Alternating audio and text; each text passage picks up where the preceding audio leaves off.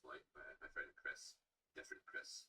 Do you remember Chris, Sharp Chris from the Coaching Chris show back in the day? It was maybe before you followed me, but we did a lot of streaming like way back when, and we're actually, Chris is now like a semi-professional like winning poker player, and he and I are putting together this sort of workshop thing. We're filling it up with people we know first of all, the first iteration, but we will go public with it when we run it in future probably. And it's about 3-bet pots in position as pre-flop raiser and stuff like that. He sort of used this term when he was creating some of the slides called soft exploit, hard exploit, which I think is really helpful. And the idea with that is that a soft exploit is when you take a mix in theory and you just pure take an action with it that you think is best. And the hard exploit is more when you take a hand that's not doing that thing in theory and you do that thing with it. So with Jack 3, we were taking a soft exploit by 3-betting all the time. I was thinking overbetting or not here, because I think I'm getting called by flush draws, and that's about it whenever I check the flop, or maybe a king here. I'm not sure which Just try to remember that like lower pairs will have straight draws with them a lot there. So like if someone has Jack 10, Queen Jack, whatever, they're probably calling quite big sizes as well. And it's not clear to me that overbet is better than big bet, but I certainly agree that like a larger sizing is right there because there are quite a lot of inelastic hands like top pair flush draw and pair plus draw that are probably calling low sizes. So in those cases, we do want to err on the bigger side. Yeah.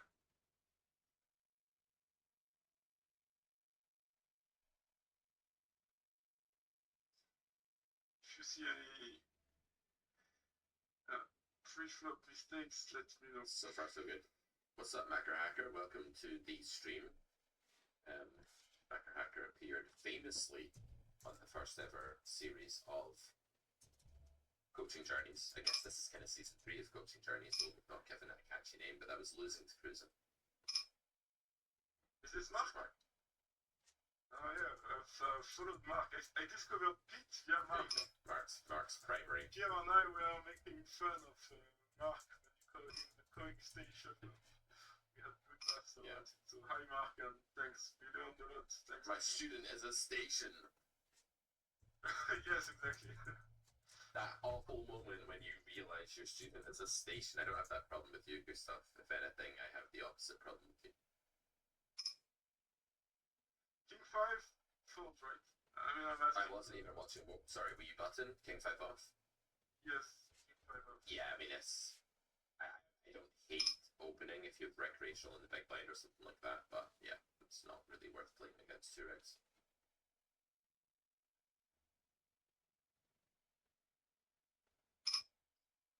Which number should you have if you like a VPIV? If you play normal. It kind of varies. Like there are winning players with different VPIVs. It can be as low as like 21. It can be as high as like 30, and you can be winning. But something in the 20s is generally normal. 24, 25 being about the median. Fun memories. Yeah, I really enjoyed filming that series with you, man. It was great. Thought we had a really good dynamic. Much better than I have with Christoph. You know, with Christoph, it's a real drag trying to get through the sessions. Just kidding. It's because I'm not as talented as Mark. Or maybe the pool is stronger actually. I don't know. How does it evolve? Does it actually get? Do you see it changing the strength of fish are fish. They don't really get better. Regs do get better slowly, and there's a meta game within regs as well. So like these days when you overbet the turn or the river or something, a reg isn't really going to be too bothered. They're just going to call you and be like, okay, he might be bluffing. Whereas like back in the day, if you overbet the river, a reg would be like, oh my god, it's an overbet. So there's meta shifts like that. But content's also just like better and better. You know, the free content on YouTube's better than it was. The paid content, the courses that are out there now are 10 times better than courses that were out there previously. Like if you compare like Carrot Poker School to like the From the Ground Up course, I did it run it once in like 2017, 2018.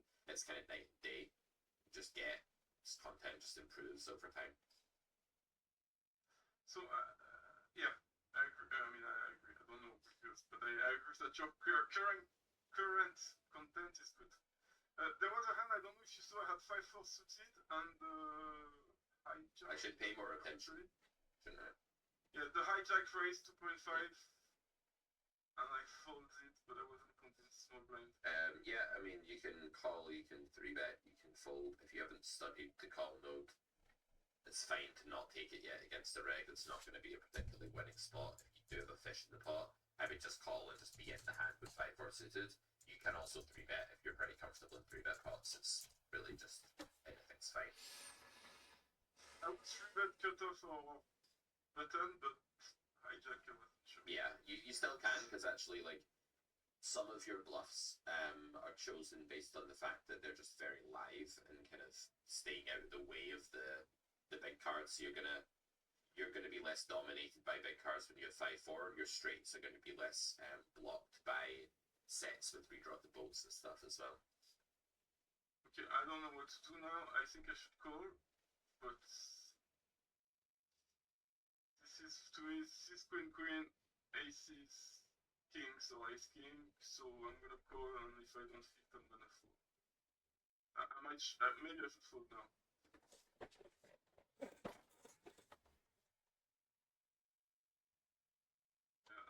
think I have to give up.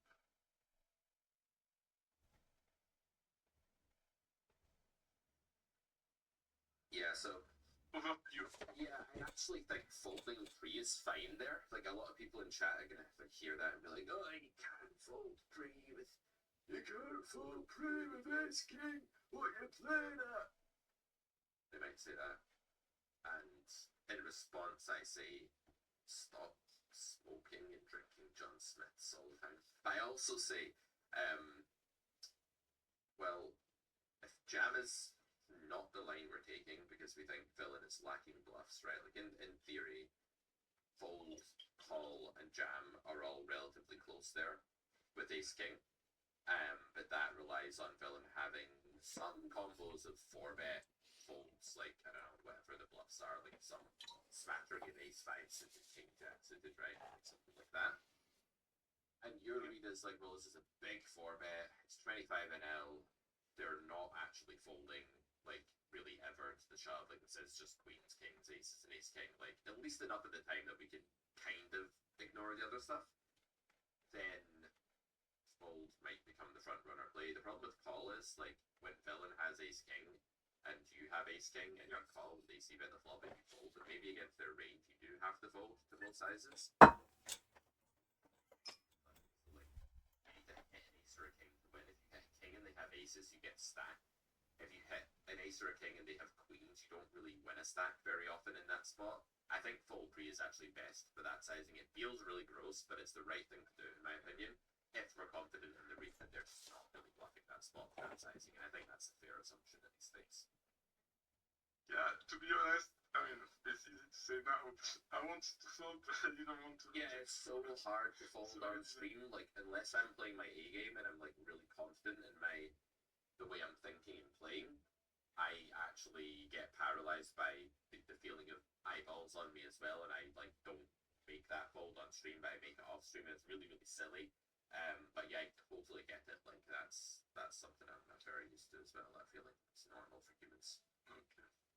You never get used to it as well, no matter how much you are in the public. I mean, I'm very famous at this point. You know, I'm one of the most famous people in the world, and even I still get, you know, that feeling. So, yeah, I feel your pain. You know, bridge players don't get my sense of humor. They don't ever know that I'm joking. It's a bit of a problem. Like, I'll say something like, I said to, you know, Barnett Schenken. Yeah.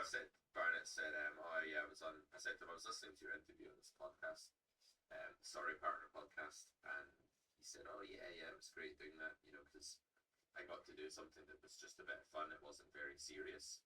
And I was like, all right, I wouldn't know about that. I only do serious things. And he was like, oh, really? And I was like, no, joking. But, like, I just can't get bridge players to, like, understand my sense of humor. I don't know what it is. It's because you're only talking to Scottish players.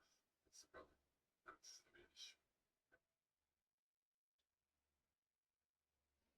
Oh, by the way, 3-bet size is pre-flop. I feel like we get anything from 3x to 5x. and I don't know what's right. In position, when you're cut off, button, hijack smaller, when you're out of position, like 4 or 5x is fine if they've got small. I mean, generally speaking, like I say this, like in theory, you're putting about 6 to 7 big blinds in the pot in position, and you're putting about 10 to 11 in the pot out of position. But when you're big blinds, you do have the option of going like more hyperpolar and doing it like 12 or 13. I don't think it's that important, to be honest, as long as you understand that when you're out of position, small 3 bets make it profitable for people to call with a lot of stuff, right? That's why we don't do that out of position. And in position, you're more mergy, the uncapped range is behind you, and therefore you keep it down. That's the main thing to say. I want to fold. I'm going to fold. I think it's right to fold. And I'm going to fold. I love that you were like, I want to fold. There's something telling me I shouldn't, but I know it's wrong, so I'm going to like not listen to it and fold anyway. Yeah, this spot sucks. Like your instincts are right here. The guy's bet big multi-way. Your hand is just indifferent in theory there. You know, sometimes players with high VPIPs will merge like some hands you beat there, but that's a shit spot. And if you're going to be folding the turn to like another bet anyway, who knows what these like whales are doing? Like if he does have tens, he might bet the turn with tens, and then you fold anyway or something like that. So I actually think that fold's great because I truly believe that in practice there, you are not entitled to much of that pot with the line of check call. I think it's really rare that after big bet and call a big bet that you will call and it will check.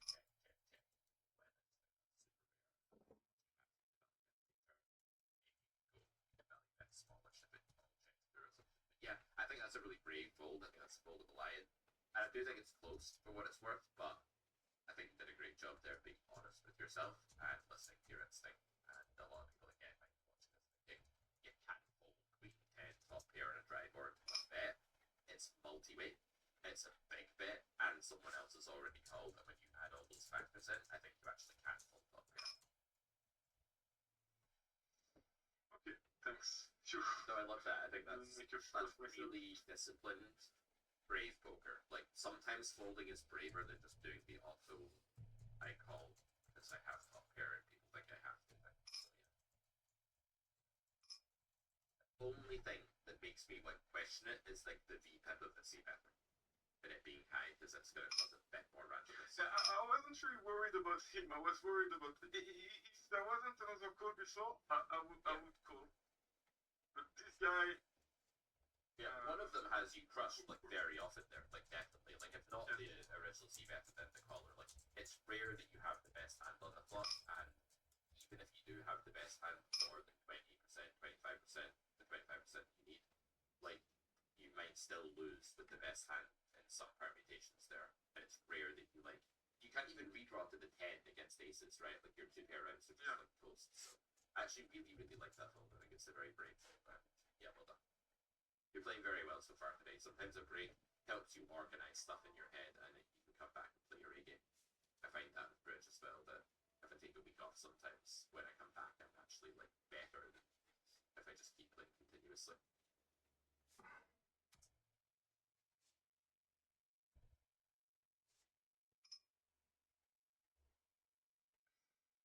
So ace-jack is one of the hands when I'm not so comfortable pre-flop. If, let's say, the hijack raises, I really feel that I'm in between and it's just indifferent. I don't know. And now I think it's also not amazing. I think I could go either way. So I think that's just a fold because the small blind range, remember, is a bit more linear. And the big blind range is a bit more polar, and against that, it's probably bold. But yeah, ace jack off when you get 3-bet, you're really just defending either by 4-betting or calling when you're button or small blind opener for the most part, not really earlier. Good rule with ace jack off. What's the story with Christophe's screen name? That's a French word. And it means what does it mean? I just try to put characters that are This unreadable. is so confusing. I want to be incognito so people don't remember me. So I have a video coming out tonight, and it's about types of reg, right? Which type are you? Like, what can you do to improve? 6 reg types, and when I made one of the reg types, it's kind of like it's like the GTO reg, and it's this scrawny guy in like a t-shirt with an alien on it, and the AI made this t-shirt word on the t-shirt, this made up nonsense AI word, and it's Greek to be like RIC, and I was like, that's like a made up French word, and I thought it was very funny. I'm pretty sure that's not a word, but yeah. I don't know this spot, and this is one of the spots that I hate the most when I raise on that get calls, but I still think it's Yeah, right. definitely right to raise. Yeah. People. So just remember that like no one's really fighting hard enough at these stakes in the wide range configurations. So if you do get one, you won't get 3-bet by enough bluffs on average, and 2, if you get called and you c-bet small, it probably just overperforms because they won't raise enough and will fold a bit too much. So just don't be shy about just like opening and just c-betting small and then giving up out of position on turn if you have nothing. Like that's a completely fine way just to handle these sort of break-even theory spots in this stuff. I think this is just a call, but I'm not sure. But I think it is. I think 6-2 is fold and 5-2 is call. This is very theory and kind of useless. I guess it was indifferent. Yeah, it's very close. Yeah, it's fine. Again, the better you are at these spots, the wider you can make these defends. And what do you think the main exploit is post flop? Big blind versus small blind. What do you think the biggest source of EV will be exploitatively speaking? I guess people will very often do small c-bet and then give up. Nailed it, yeah. So you just float the flop more, call the flop more, or raise the flop small with more combos that would be theoretically okay. You just take the soft exploit of like pure raising a lot of hands, and that's going to give you already just a lot of bang for your buck, even if you don't know where to take the hard exploits. Like just taking the soft exploit of like any reasonable raise, just do it. That's going to make it clearly winning, I think, to actually flat hands like 5-2 suited. But I think the nut flop, I think it's 8, 9, 9. Should I do it? No, but I don't think you have to. I mean, that's a hard exploit, right? Because you'd be taking a hand that, without the backdoor, I think is slightly losing. It might be alright, but ace 9-9 honestly is not a difficult board to defend because like you just have an ace a lot or you have a pocket pair and you have a 9 and like it's easy just to call all of that and fold everything else. And if you do that, you're not playing that badly against the raise. There are boards where people have to be like much more. They have to dig into like bad looking hands more to call. But ace high boards aren't really those situations, so I don't really see an exploit on flop on that particular board. So far, you're just having to be disciplined here, right? Just like make some good folds, recognize that these spots are not lucrative and stay out of them. And that's honestly such a key skill for a winning player in stakes like this. Just staying out of bad spots, waiting for the good ones to come along. Okay, yeah. Martin Robbins, how's it going, man? It's been a while. Good to see you. Long time Carrot Corner fan. Yeah, do hit the like button, guys. It helps the show, helps the algorithm promote the stream to everyone else on YouTube that's currently watching the Hustler live, cash game. People limping 6-4 off and then calling it 3-bet. Cool.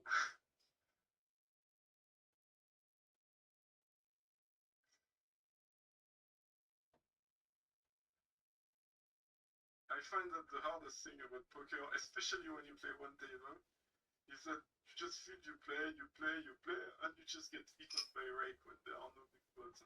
Yeah, that's it though. Like that's why it's so hard to win. You have to play like such a good standard of poker just to beat 25 Russian cash in the modern day. You have to be so accurate because like if you're giving money back regularly through inaccuracies, then you do get eaten alive by rake.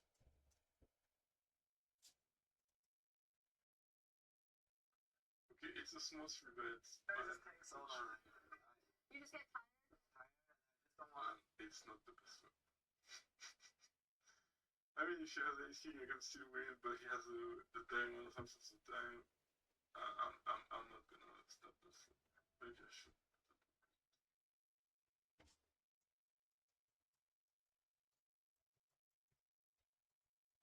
still behind. I might win with check. Maybe I should call this.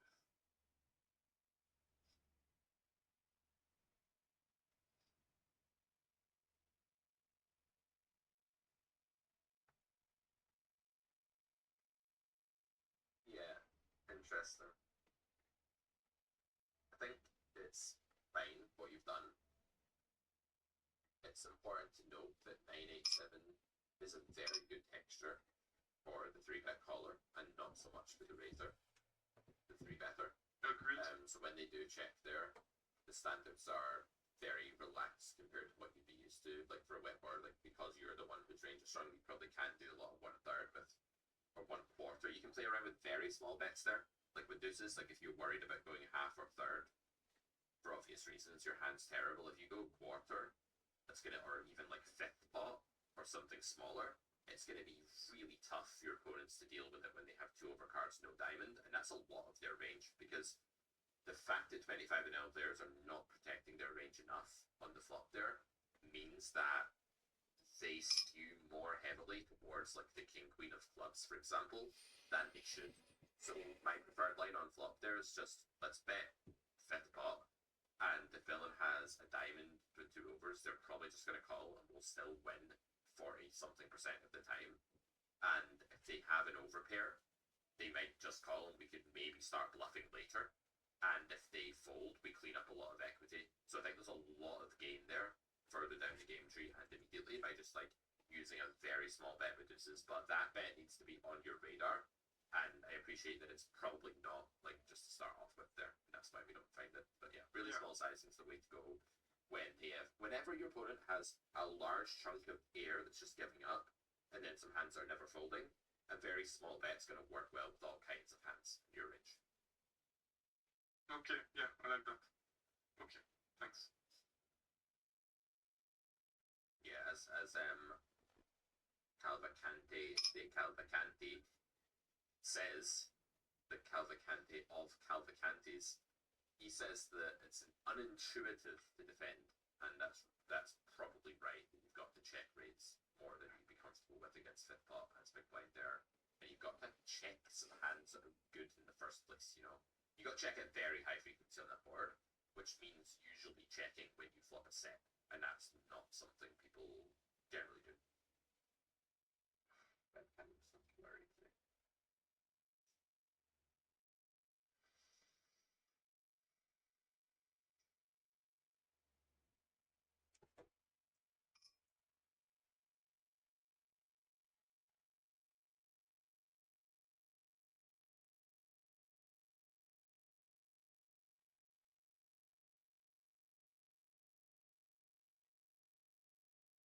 Mark says prefer folding deuces pre there though. Big blind 3-bet range is far too value heavy. Yeah, so it's definitely true that the big blind is prone to under bluffing at these stakes, being too linear. And it's true that big blind is generally a bit stronger than small blind at these stakes. Deuces, yeah, I can get behind fold. I do think it's like it might be slightly losing the call. I don't think it's a big deal though in position if you have a skill edge. Like if you're more accustomed to like the exploits in 3-bet pots and you have more of a game plan, I think it's okay to call. If you're lacking that game plan, then yeah, maybe fold's slightly better. But I think game plan's so important, right? Like, if you know what to do exploitatively to like really pillage people post flop in certain nodes, then you're gonna have more EV calling 3-bets, calling opens, etc.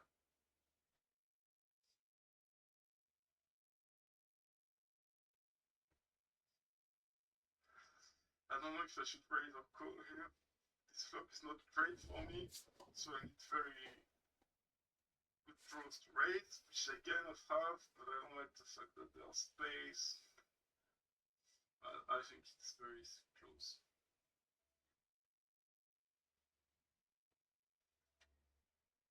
And now I'm going to bet. With spades, he's gonna call anything. With a king, he's gonna call. So a small bet would probably, if he has queens or jacks, and I make a small bet, he's probably going to call. I don't really know.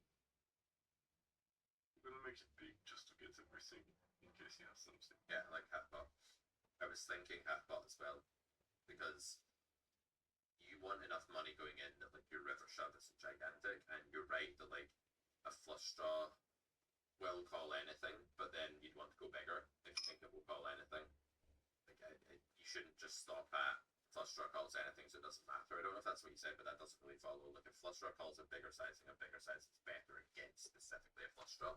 A flush draw is very unlikely though, and I wouldn't go there first. I would think mostly about villain having a made hand, because it's more common in a 3-bet pot there that they just have some sort of showdown, some sort of made hand. And I think the smoothest way to do it against queens is just half pot, not so big that you cause a fold immediately. SPR is not causing much urgency there, but there's enough urgency that half pot's better than third pot from a pot building standpoint. So I think you nailed it. I think half pot's right.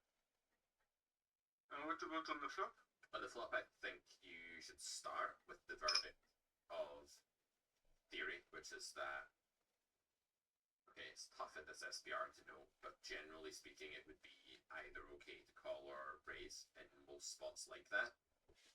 Then you should notice that the stack size is shorter, like that's the main difference.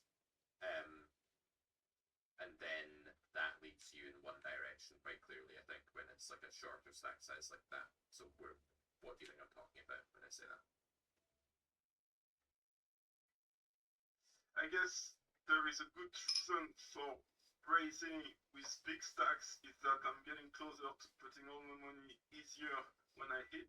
So it's better to raise when it's full stacks. Yeah, I think that's a good argument. Like, it's not the primary thing. The primary purpose for raising is full equity, of course, but like being able to win 100 big blinds, 150 big blinds when you get there is nice, and you can't do that as easily by calling. So I agree with that. And what's the bad part about being shorter? Like the fact that villain had 70 big blinds there. What's bad about that? Because now if he shoves, he's going to shove more often, I guess. He's going to jam more often because he's already just close to that sort of cornered animal pot committed threshold where they just say F it, they just stick it in. And you are squandering all of your equity all of the time that happens, and that really sucks. So if it's close without that shove happening more often now and it being shallower, then you just shouldn't raise at that SPR. So call's right. You kind of got there by uncertainty and then just falling back on the passive action. I like to notice stack size there. I like to start with theory and say, okay, these hands are normally kind of indifferent.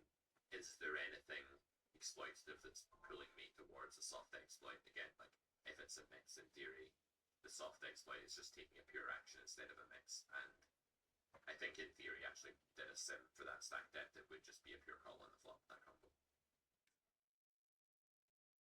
Okay. I'm just going to take a 1-minute break. I'll let you keep grinding up.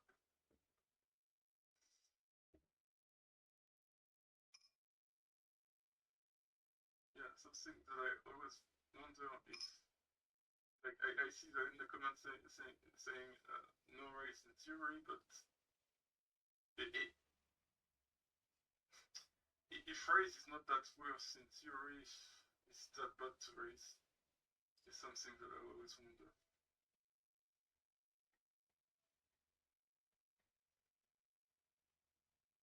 Like Pete always says, look at EV difference, not what the solver would.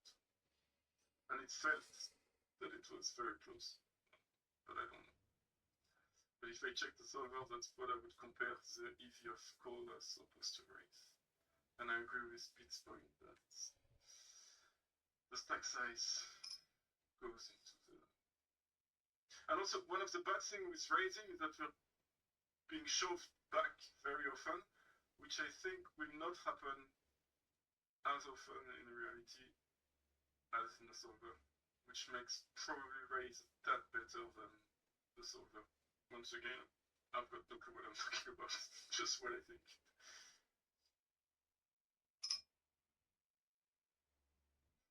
Call from the button. Why is this?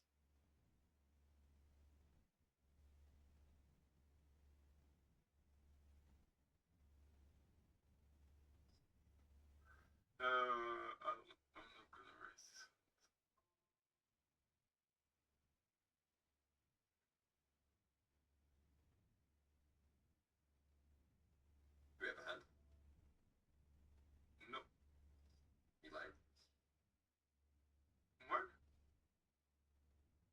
Did something humiliating happen while I was away?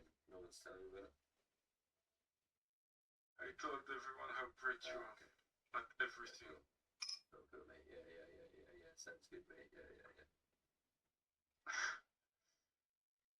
Pocket 8. So if the button raise, I will always call, and I'm wondering if I should raise sometimes. It's very hard to play 8's big blind versus button in a 3-bet pot. I think calling is fine immediately, like initially, before you've got that much experience. It's probably a spot that you're likely to get quite wrong. So I'm okay with like, and that might be like microscopic frequency 3-bet in GTO, but then soft exploit stop because you're not that accustomed to big blind button 3-bet pot with 8's. It's fine. Or 3-bet and figure it out, and if you're interested, depends how you feel. It's not a big deal. I am interested. I feel this is really middle. I don't think there is any value in betting. Maybe I can get called by a 6, but that's too thin. Yeah, it's interesting. Let's have a look at that hand actually, because it's pretty interesting. I know it looks like it's not interesting, but I think it is. So flop, he bets half pot. You can see just how people lack the definition on flop. Like the guy has ace-5 off, and he's just bet half pot.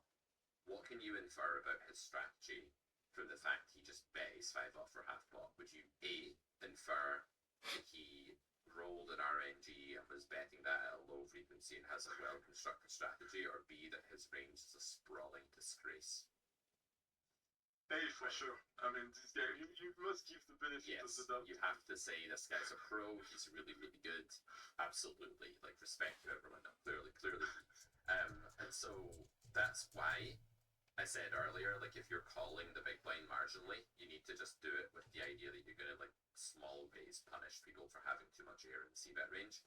And I think you can do that against like half pot and third pot. I think like as long as they don't bet big, anything half pot or less is kind of green light. Good call. Turn check seems good, and I don't hate on turn betting third pot to check back river, because if their turn checking range is underprotected, the sort of hard exploit, because ace is a pure check, I think in theory, the hard exploit is bet small, basically like bet really small, reopen, and basically be like, how often are you check raising? Like how often are you checking queen jack to check raise, or two spades, or ace king, or anything like that? Like how often am I going to see a raise from you if I bet like 20% pot? And the answer is like almost never, and they'll have to call with some worse hands too, and you get denial if they fold. So the number one exploit against really bad weak passive players here on the turn who have bet too much trash on the flop is just to bet tiny on the turn yourself, and it's probably the right line against a human strategy, but it's very hard to find with ace unless you're thinking a counter exploitatively and have good awareness of what the pool is doing. River, I actually think you can bet like one big blind or 1.5 big blinds here, because again, like I'd just be surprised if they were checking that many hands that beat 8s, and if you bet one big blind or 1.5 big blinds, they're probably gonna have to call with ace high sometimes, or under pair, or 6. I don't think it's too then I do. Yeah, I agree. The only thing I find, but that's my brain being worried about things I shouldn't worry, is that very small bets sometimes they induce bluff raise. But that's the thing. You can call the bluff raise if you're confident that they've checked a really underprotected range. They just don't have the value hands to support that. So if there's any reasonable chance you've induced the bluff raise, just call the raise, because the whole gambit is that their starting range doesn't contain enough value hands. So as long as you've gone tiny and you're confident in that read, you'll probably do okay calling raises there. But calling raises isn't going to be bad. It's not like sometimes you'll lose, but that's okay. What's important is the main branch of the tree, which is where like you just value bet the river and they call with ace queen, which is what they normally have. That's where you net all the money. And when they raise you, it's not good, it's not bad, it's just this higher variance, uncomfortable spot you've got to figure out. It doesn't detract from the main TV source of the tree, which is on the trunk of the tree, not on this like branch that offshoots sometimes, you know. Okay, yeah, but yeah, you're right. Like I said, you're right, but I get the resistances though. I feel those myself when I'm streaming. When I'm streaming, I play horribly sometimes. And I feel those very same pressures. And No, no, no, no, no, no, no. Streaming is not an excuse here. It's my brain issue. I get it off stream too. Sometimes the brain is, as Sam says, don't think about your brain. Brain's just all gooey and you know you just membranes and shit. Best not think about it. Here, I'm not sure. I feel like check is right somehow, even though bet feels better. I don't know. I think I'm okay. Now I'm confident that I'm ahead, and I might want to be called for a small bet against with a spade. Yeah, I bet the flop because like you can get called by some worse, and you leave the branch open where the turn is a spade, and you get to triple for value. Whereas if you check the flop, you remove that branch. If you didn't have the nut flush draw because you had jack 10 with the 10 of spades, I think check on the flop's totally fine. Might even be best. But with the nut flush draw specifically, if the turn is a jack or a spade, I like that I've bet the flop against this pool. Again, I'm always thinking, given I've got some theory knowledge, what do I do with that against this pool? Like, how do I punish them? And basically, they're not going to raise me enough. They're not going to, like, with a bluff or anything like that. They're going to call with an ace and then check the turn. I'm going to just check back and realize. And if they have a spade, they're probably going to over defend for like 3 barrels. So I just want to leave that branch open when I've got the king of spades. Then a spade comes and they over defend with the 4 of spades. But I'll leave that open. I think that's what's happening. Yeah. Okay. I was also pressured by the time. I must confess. Course, yeah. This. EV is a nice name, and Bulgaria is a type of baking goods. Nice. Baking goods sound very good to me right now. Coming on the stream today, son. We're gonna be here for like another, I don't know, half an hour, 45 minutes. We're gonna jump on. Gustav's gonna ask us some awkward questions about our friendship, about like who would win in a fight or something like that. We can answer it. Like, what do you think?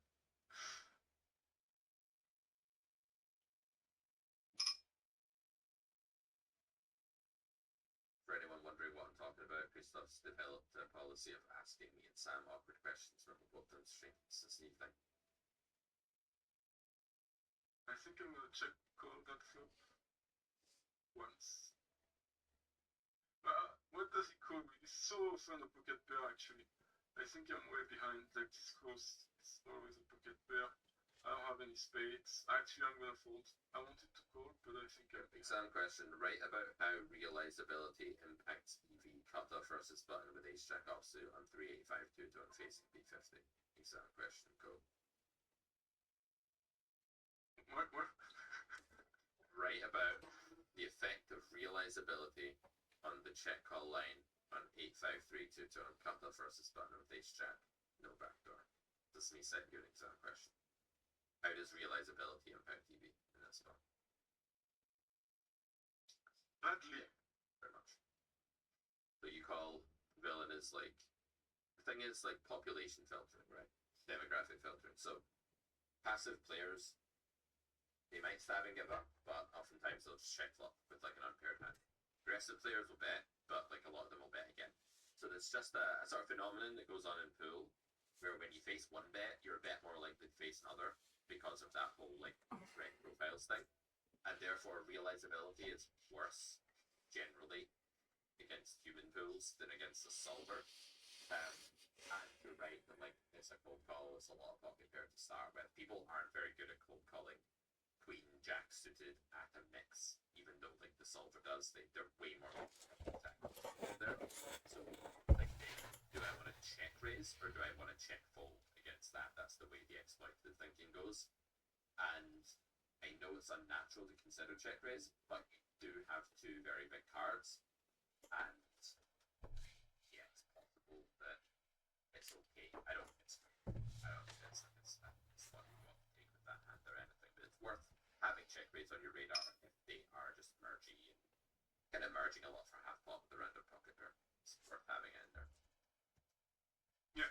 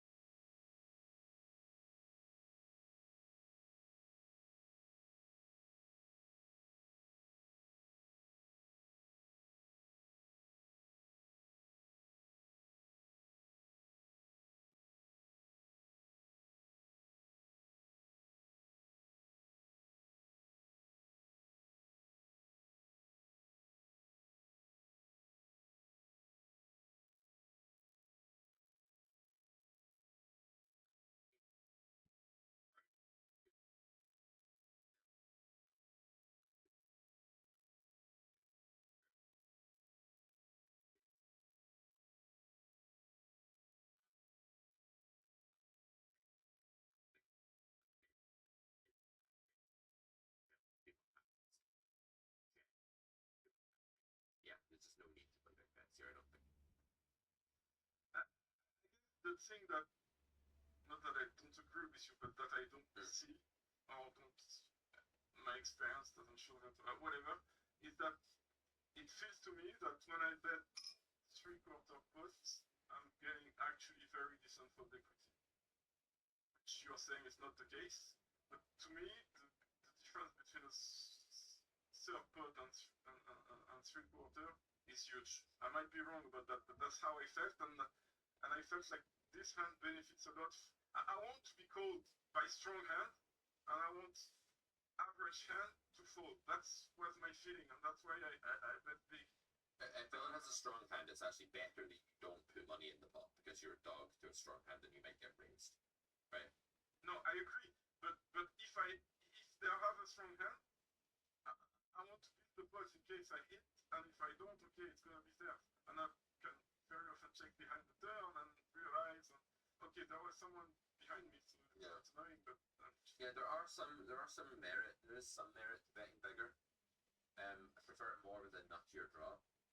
But also, like, you're talking about fold equity here. Like, I don't think this pool is actually reactive enough to what a big bet means in a multi-way pot here when they have nines. I don't think they're folding nines here. And I think if you big bet, then in theory they should be thinking about folding eights and nines against your range here. I really do. So, I think they're not elastic enough. The sizing, unless you think people are just like calling small bets. It's like a little bit of a stretch, but it might be happening sometimes. But like give decent fold equity later against that. So if that is happening, you can just bet small and flop and bet turn. Like that's not a bad line, right? Just to bet flop, bet turn on a lot of cards. So the thing you're ignoring is that like you don't need all your fold equity right away.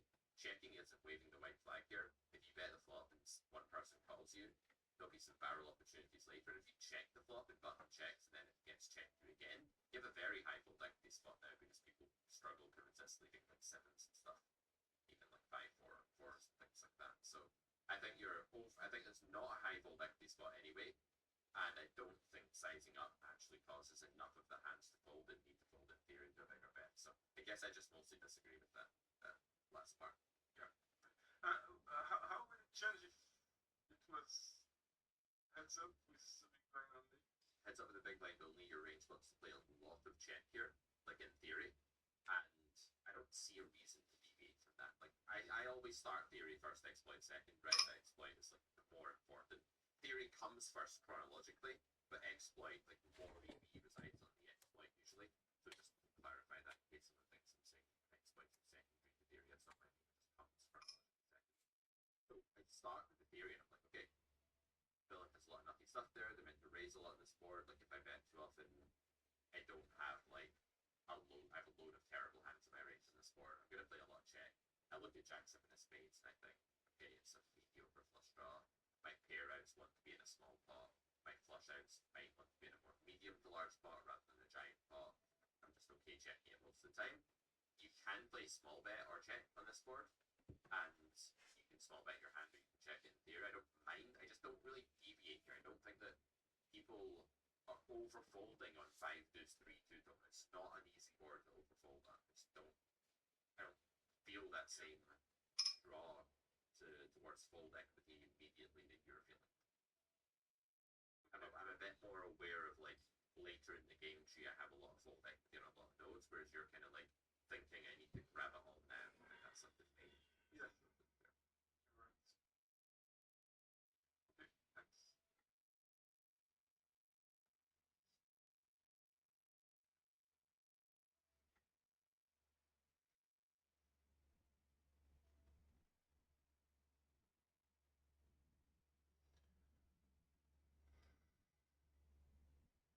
Borderline.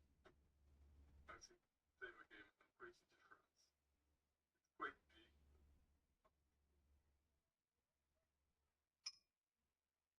Not a great flop. Actually, it's good for me. I don't know what it's good for.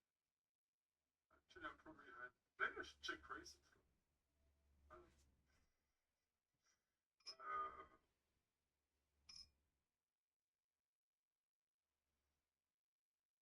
Yeah. I don't know. Somehow I feel like check raise, right?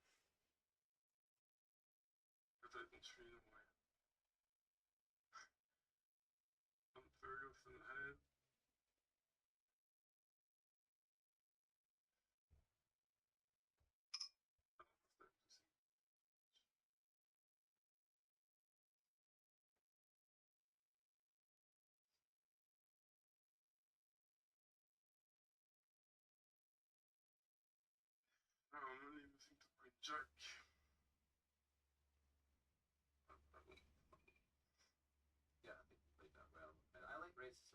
sometimes you have to just like listen to your intuition. You're becoming a stronger player now. Your intuition isn't so much driven by like, oh god, I want to win the pot, or I'm scared of this, as it used to be. It's more driven by like patterns now, pattern recognition. So yeah, just pulling the trigger on something because you like are being told something strongly by your instinct is okay when you're in game. First of all, to flesh that out more explicitly, people are over c-betting on a board that's not that great for them. 10-9-8 is better for them than like 7-6-5 or 8-7-6. We should stress, right? It's a Broadway reach against net again with 10-9-8 a bit. But they're probably way over investing there again.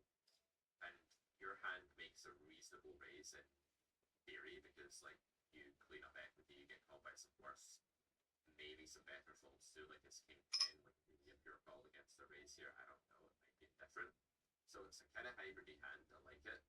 And the natural direction to go against the pool that's sloppy and just see bet small too often is just to raise the hand. So good job on the turn. You just got the value bet, double flush draw. I like sizing up on double flush draw.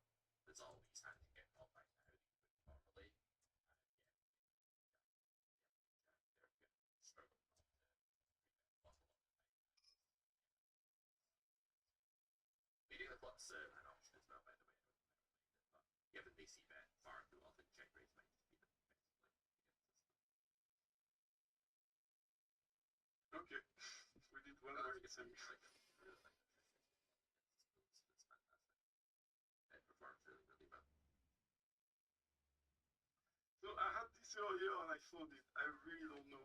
I think this is very borderline. We'll fold the game to be consistent, but I think my guess is that it's indifferent. Yeah, I think it's probably a fold just about, but it's close. By the way, real quick on 8-7, when you get 3-bet there, Yeah. it's okay if you want to just fold all of those spots in a high rate game where you're not. Yeah, like if you haven't studied, like again, it all comes down to like the being on the right side of the exploitative exchange post flop. Like if you feel like you've got the upper hand there, you can go ahead and call the 3-bet with a game plan. If you feel like your game plan is hazy, then money tends to flow towards the in-position aggressor in the human domain, as you know, and so like the call might actually be losing. That's just something to be aware of. I agree and disagree at the same time in the way that I feel that if I'm not able to call these hands and win, I'm never going to win given how big the risk is overall. And I feel like basically it's with this type of hand that I win big bucks. Yeah, that's already taken into account though by theory's verdict. So when theory says it's break even for calling 7 there, part of that is the capacity to win big pots against overpairs. Like that also exists in theory.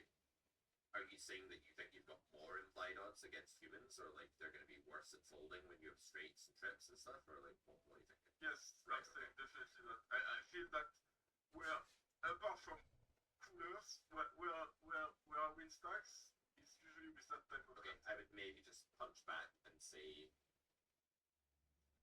you might not be playing correctly in other nodes. So like when you face like a c-bet, okay, there you did, right? You proved that like you didn't know what you were doing against pool and you made a good exploit.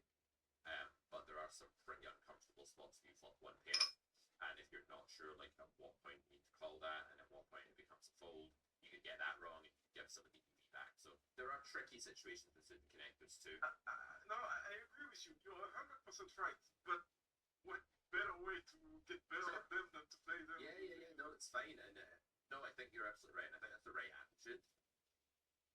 I guess like all I'm trying to say is that most people who aren't coming into that with a really good game plan will actually be minus EV in its rate structure calling that. That's all. I just want to make that clear for the audience. Yeah, I agree, and I am losing money, but still I think it's the right thing. So I love your attitude. I think it's a great attitude, and if more poker players can put personal growth and curiosity before like how much they win today or in this session or in this hand, their mental game would be 10 times better and it wouldn't be an absolute mess anymore. But unfortunately, most poker players' default mental game starts out a complete mess because they're just like wanting to win every night every time they sit down to play, and they're too focused on short-term EV. I really like that. curiosity idea. Like, just look at it. You're enthused right now. Capitalize on that. Look at it. Review in a solver. See what you learn.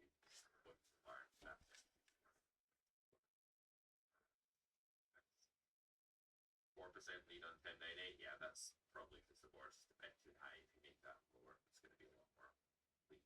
As soon as King Queen and King Jack start like missing more, like on 8-6-6, you're just going to see like pure donk stuff like that. Really, really different when it's 10-9-8 or 7-6-5. They're very, very different. I want to raise up, but I just get to raise. I like 6-5 love as well.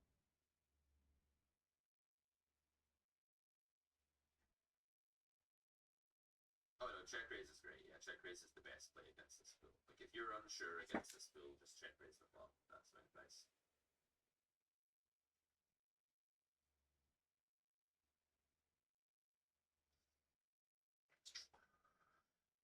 Okay. I'm not gonna see that. I think I could and now if you check some of the bets. But I might still be ahead actually.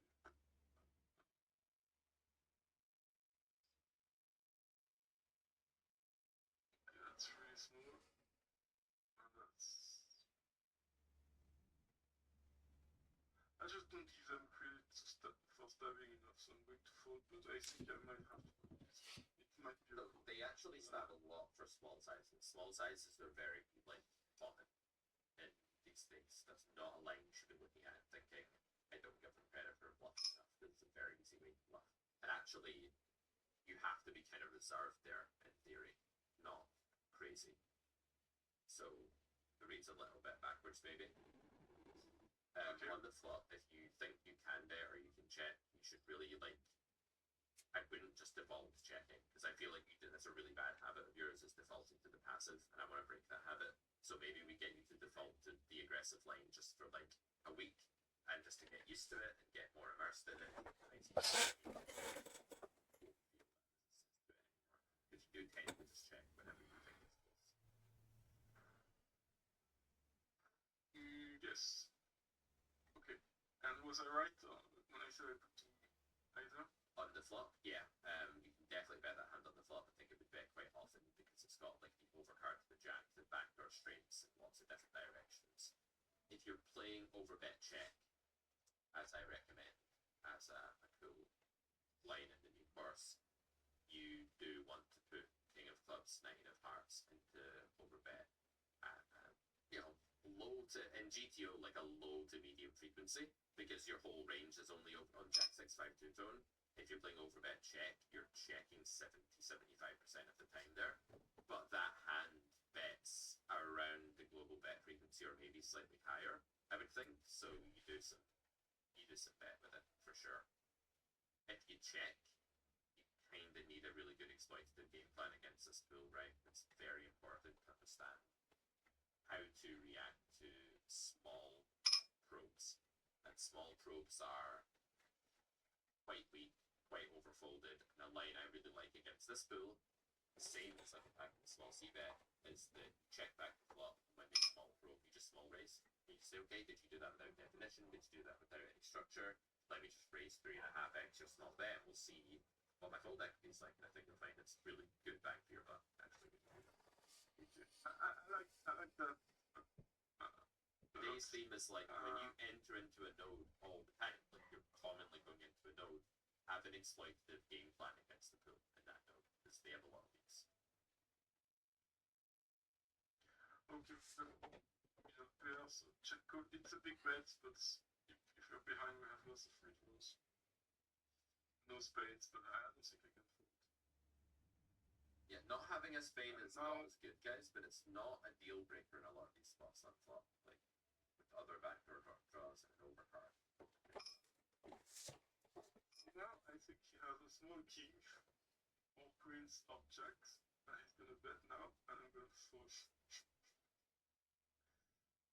I know this is way too much thinking, but this is what deep down I feel. He checked behind because there were spades and he's worried about spades, and now that I check, maybe I should raise all in and he's gonna fold everything. I should raise all in, I think I'm winning 100%. on the spot. I honestly think I know that either queens, jacks, or kings. So he bets big on the flop. What do you think your EV is for calling flop in theory with this hand when he bets big? I think it's already borderline. I think you can fold the flop here. And the reason is that if this pool, and some regs might be doing this exploitatively with a lot of air, right? But for the most part, a size up on the flop is unusual, right? And it's probably a sign of higher equity in these things more often than not. Like a draw that's good, or queen jack, or a king. So as it should be, to me. No, it shouldn't be. It should also be like low equity bluffs as well. It should be like the.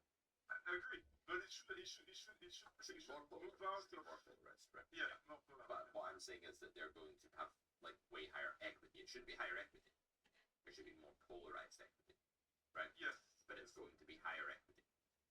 This hand is actually a fold in theory, I think, because the 9 is such a bad card. It blocks bluffs. It's so unlive. It's such a bad 2 pair to draw to. I would fold the flop here.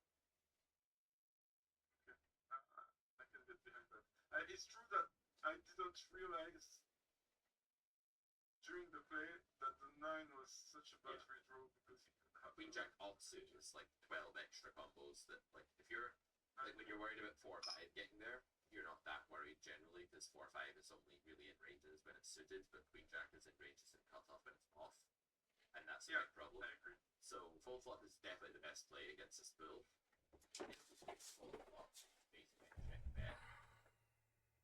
Yeah, I kind of agree that it's under bluff because even though overall bet check bets over bluff, that's more when they've range bet the flop, right? When they've big bet flop and then check the turn and then bet the river, they're moving, like they're just not going to have a straight draw very often now because they're going to bet the turn full of their straight draws, right?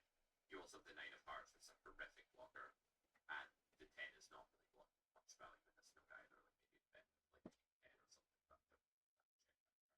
So I like fold on the river here, and I like fold on the flop here, and I think like if we're going to say that this pool is weak and we should attack them a lot when they see bet small, we should also make a read that when they see bet big, if we don't think it's like some NBA reg that's got a big see bet bluff game or something, we should just overfold right at the start of the hand, like right from the flop. Yeah. Yeah. I agree. What about check raise the river with the 10-9?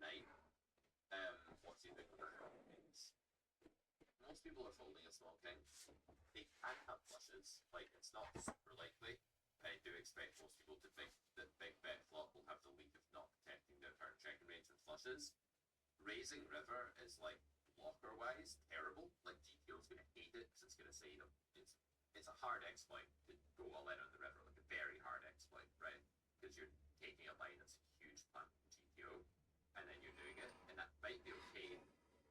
My main criticism of your all-in idea is that if they do check back the turn, the ace high flush isn't that unlikely, just because if they check back the turn, then they're just some slow play, reverse play, or fish, borderline fish that's just like trapping or something, and it will happen sometimes.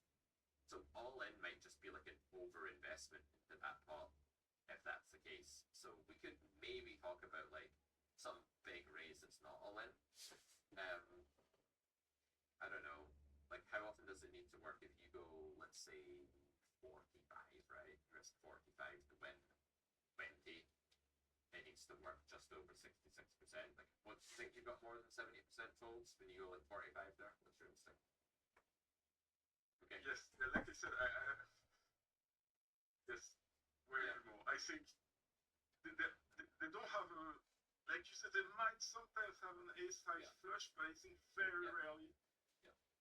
So then it might be a nice exploit if you're just like, I feel like if I ever do that, like on the stream, I get like curiosity call all the time and shit. It's just that puts me off it, but that doesn't exist for you. So I'm trying to like separate my own experiences with being like a very, very famous celebrity from yours of just being a nobody. You know, really trying to separate those two things. That's joking.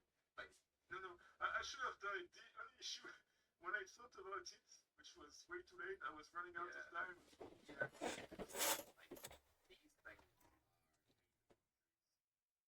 if you get to the point where you're like checking that river and going, I'm going to check raise to 50 big blinds if they bet, and I'm going to get like 80, I'm going to get like 85, 90% total equity with that. You're not frustrated at that point. Like, that's really good if you're at that point and you're right about that. And you probably are right that like a big raise there that's not all in is actually plus EV against the pool. It's a very hard exploit that like you're making a GTO punt, and it's very hard to find and very counterintuitive and difficult mental game wise to pull the trigger on.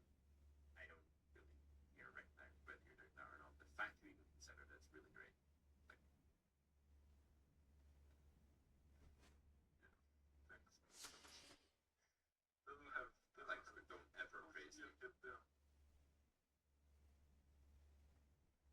Right, we'll play for another few hands, then we're going to wrap this one up. It's been fun.